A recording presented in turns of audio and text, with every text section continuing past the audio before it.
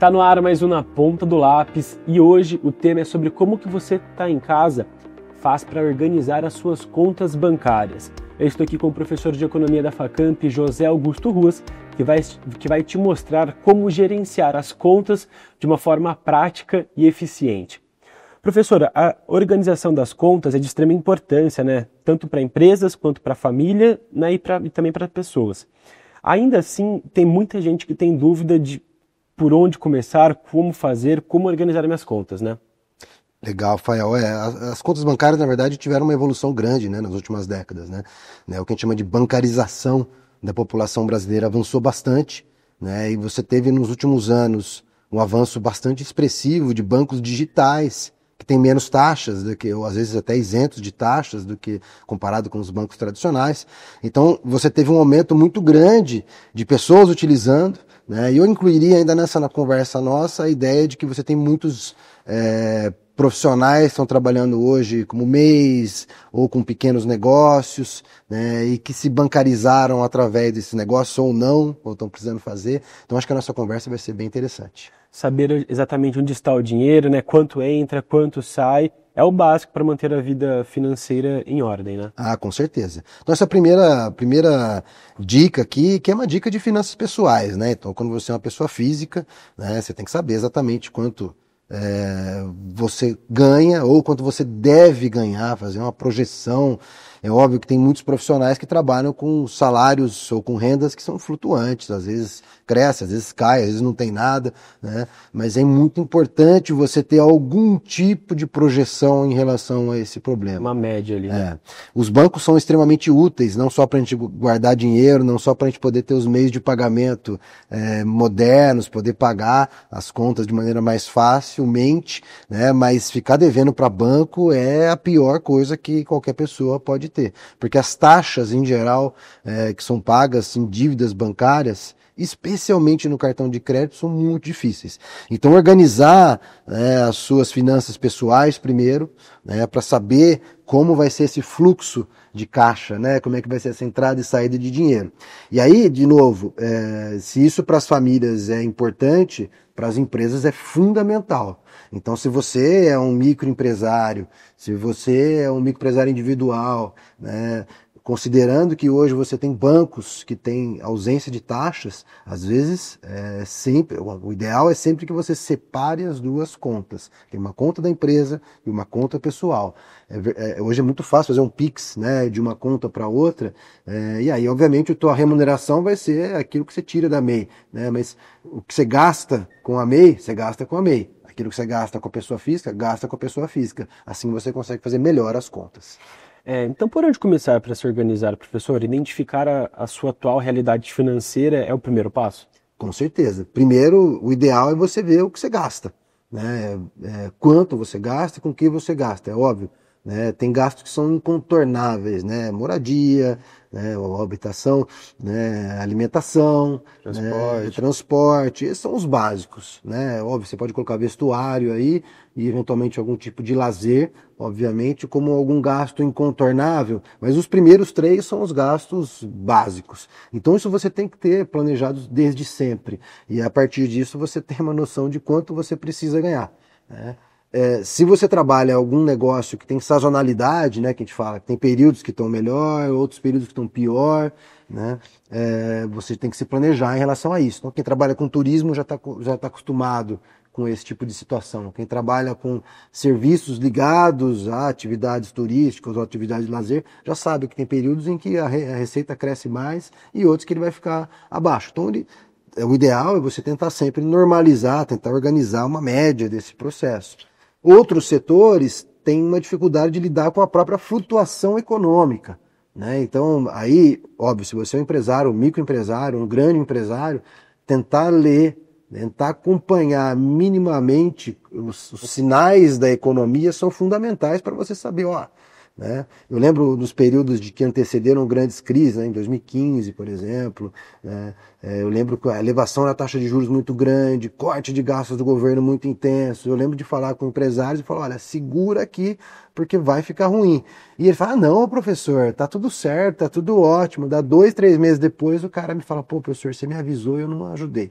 Então, se você conseguir se antecipar com esses movimentos cíclicos da economia, talvez você consiga planejar melhor e evitar desastres na sua conta bancária. E o professor, para fazer esse planejamento, né, anotar todos os gastos e ganhos, a gente pode fazer manualmente ou também com aplicativo, porque hoje tem a internet está ali, né, e ajuda muito, né? Com certeza. Eu, em geral, já conversei outras vezes com você, eu sou planilheiro, né? Então eu gosto do Excel, tem outras ferramentas hoje online, né? Então Google Sheets, tem uma série de outras ferramentas que você consegue usar online. E se você procurar no seu celular mesmo, aplicativos com ajuda de gestão financeira, né, são muito recorrentes. E também tem uma coisa que talvez valha muito a pena fazer, se você tem alguma dificuldade ou quer avançar um pouquinho mais, tem muitos tutoriais no YouTube para ajudar com esse tipo de coisa. Eu adoro esse tipo de uso de ferramentas para tudo, né? Então, como é que eu vou usar, né?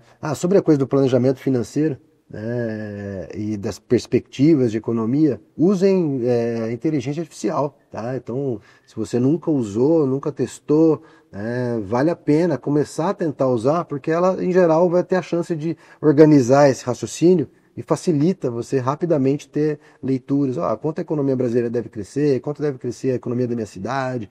Às vezes a IA pode te ajudar com isso também. E professor, a pessoa buscar por contas que ela nem lembra que existem, que antigamente tenho várias contas, vários cartões, era um sucesso. Hoje em dia não é bem assim, né? Então a pessoa ver o que realmente está usando daquele cartão é interessante, porque dependendo, a pessoa pode até cancelar a conta naquele banco porque está sendo inutilizado, né? Essa primeira dica verifique os bancos e as opções que eles dão para você. Então, hoje você tem opções de bancos que são não tarifados, cartões de crédito que não cobram taxas, óbvio, vai te cobrar se você ficar devendo para ele, mas não cobra taxas de manutenção, etc. Desculpe. Esses cartões que cobram, às vezes oferecem outros tipos de serviços, né? Então, a gente falava há pouco, né? Eu, por exemplo, gosto de usar milhagens de passagem aérea. Então eu escolhi um cartão e um banco de acordo com esse serviço que eles me oferecem. Tem outros cartões que eu uso para outros tipos de situação. Não tenho tantos cartões assim, que também, inclusive, manejar muitos cartões é sempre um problema. Eu tenho 2. Tá? Mas observar sempre quais são os serviços, quais são as vantagens de um determinado banco, porque se você não quer esse tipo de vantagem, você consegue um banco que também não te cobra nada, e aí pode ser melhor. E existem bancos que não cobram nada, e te oferecem coisas também. Então, faça essa pesquisa de maneira extensiva. Tá? E, de novo, eu sou um entusiasta de usar IA para fazer essas pesquisas iniciais. A inteligência artificial, ela te ajuda. Olha, eu quero um banco que me ofereça esse tipo de vantagem. Legal. Quero no final do ano trocar e comprar um ventilador. Eu quero ter um cashback, eu quero receber um dinheiro de volta pelos meus gastos no cartão. Legal, você tem bancos que fazem isso. Eu lembro de outro dia um colega que a gente estava sentado, conversando, de repente caiu um dinheiro na conta. Opa, caiu um cashback aqui para mim do banco. É sempre bom receber um dinheiro inesperado. Então, mas dá para planejar também. É a ideia, né, professor? Exatamente. Então, você saber exatamente o que os bancos te oferecem de serviços e quanto você está pagando para eles é a peça fundamental para você começar a organizar quais serviços vai utilizar. Os benefícios, né, de manter as contas bancárias organizadas? Eu acho que o fundamental é você ter, primeiro, não ter susto.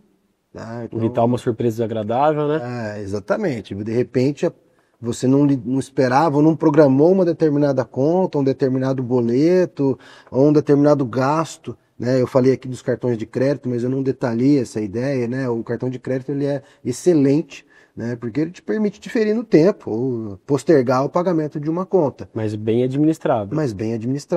Eu lembro que quando eu era jovem, mesmo já era estudante de economia, ou recém-formado em economia, eu não gostava de usar cartão de crédito. Justamente porque eu tinha essa ideia na cabeça de que, não, se eu usar isso aqui, eu posso me embananar, então eu não usava. De repente eu comecei a usar. E não só perceber os benefícios, né, dos pontos, como eu mencionei, que eu comecei a ganhar, né, mas você percebe que você joga no tempo. Então você consegue jogar ali para frente uma conta. Se você sabe que você vai receber, quando eu passei a ser CLT, que eu tinha um salário garantido, eu sabia quanto eu ia receber no mês subsequente, essas contas podem ser melhor planejadas, né? Então, para mim, facilitou muito poder usar o cartão de crédito, poder parcelar determinadas compras. Agora, dever no cartão de crédito é pior do que dever no crédito pessoal, né? As taxas de juros de cartão de crédito são as piores. Se você não conseguiu pagar uma fatura, né, são juros extorsivos, né? Então, esse é o tipo de dívida que você não deve fazer.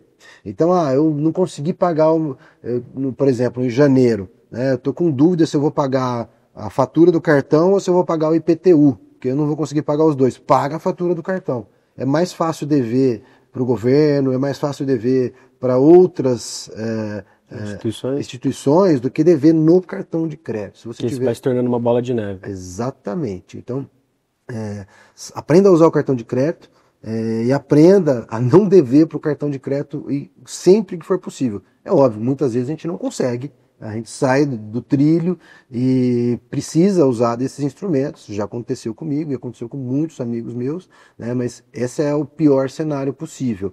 E além do susto de uma conta inesperada, né? Então, portanto, essa é outra questão, né? De você se perder em dívidas, né? Uma coisa é o susto, o inesperado, que você tem que dar aquele sobressalto. O outro é uma bola de neve. A bola de neve financeira, em geral, ela é muito ruim, né?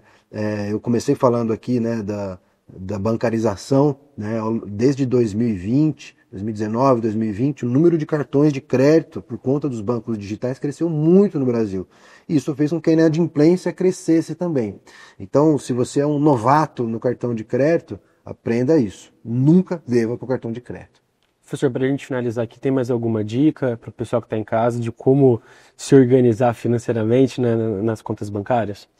Eu reforçaria essas duas dicas que a gente deu há pouco, né? Estudar um pouco, né? Finanças e contas pessoais parecem uma coisa simples, né? Mas se você tiver ferramentas que te ajudem, especialmente quando você tem um plano que você quer fazer, uma viagem, um casamento, trocar de carro, toda vez que você tem um plano que você quer, ou quer, sei lá, mudar de casa, né? Esse é um planejamento financeiro que vai envolver a sua conta bancária. Então, ver cursos no YouTube rápidos, usar ferramentas e aprender a usar os serviços adequados no seu banco vão te ajudar, não vão resolver seu problema de uma hora para outra, mas vão te ajudar a não ter empecilhos, não ter sobressaltos e eventualmente dar uns passinhos mais rápidos do que antes. Professor, mais uma vez, muito obrigado por todas essas dicas para o pessoal de casa, viu? Obrigado, um grande abraço. Pessoal, não se esqueçam de acompanhar toda a nossa programação no YouTube TV Câmara Campinas e também de nos seguir nas redes sociais, no Instagram e no Facebook TV Câmara Campinas. Um abraço e até o próximo Na Ponta do Lápis.